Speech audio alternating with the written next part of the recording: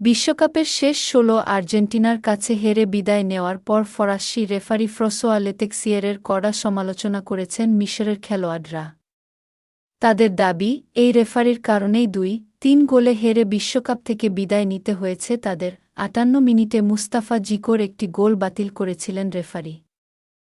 Match শেষে চোখের পানি ফেলতে ফেলতে সাংবাদিকদের মুস্তাফা জিকো বলেন, রেফারি নিরপেক্ষ ছিলেন না, ন্যায্য ছিলেন না।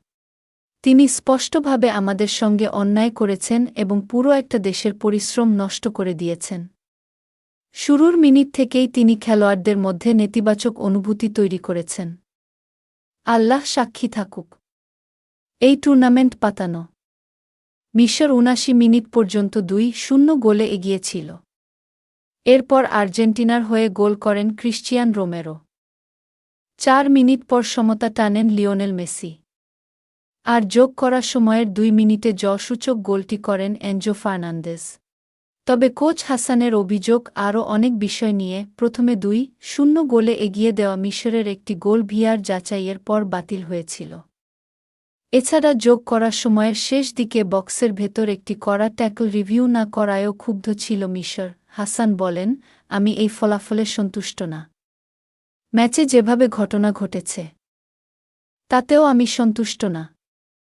আমি সুন্দর করে বা বেছে বেছে শব্দ ব্যবহার করে বলতে চাই না যে দুর্ভাগ্য, এসব বলতে চাই না। আজ আমাদের সঙ্গে অন্যায় করা হয়েছে। আমরা অবিচারের শিকার হয়েছি। হাসান জানান, রেফারি হিসেবে লেতেক্সিয়েরকে নিয়ে আপত্তি জানিয়েছিল মিশর। রেফারির পটভূমি নিয়ে কথা বলেন তিনি।